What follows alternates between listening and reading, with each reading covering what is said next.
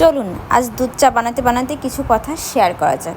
জানি দুধ চা খেলে আমার গ্যাস বাড়ে, তো সমস্যা নেই, গ্যাসের ওষুধ খেয়েই দুধ চাটা বানাবো। কারণ দুধ চার সাথে আমার লাইফে অনেক অনেক হিস্টোরি জড়িয়ে আছে।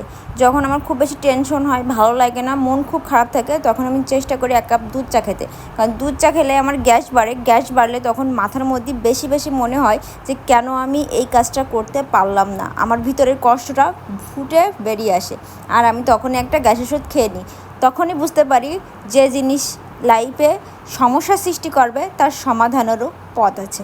যাই হোক, আমার নাম শ্রাবণী, আপনারা অনেকেই চেনেন। অনেক রকম মতামত আপনাদের মনের ভিতর আছে, সেই মতামত আমি ভাঙাতেও যাব না, কিছুই না।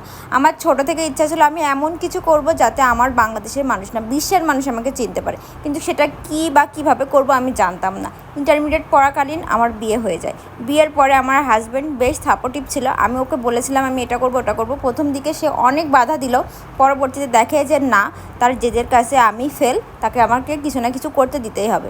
এরপর আস্তে আস্তে খুব কষ্ট করে আমি আমার জগৎ তৈরি করেছি, আমি আমার সার্কেল তৈরি করেছি। এই যে আমার বিজনেস নিয়ে আপনাদের যাদের অনেক বেশি মাথা ব্যথা, আপনারা যারা বাজার ঘাটে বলেন যে আমি বাজারে মহিলা, আমি যে ব্যবসা করে জীবন চালাই, তাদেরকে বলি আমার কিন্তু এটা আমি নিজের দম থেকে করেছি। আপনার বাড়ির থেকে অর্থ নিয়ে আসে কিংবা আপনার বোর স্বার্থ নিয়ে আসে আমি করিনি, যা করেছে নিজে থেকে করেছি। তাই সামনাসামনি লড়াই করতে পারলে সামনে এসে কথা বলবেন, পিছন থেকে গালিগালাজ এবং কাঠি কোনোটাই দিবেন না।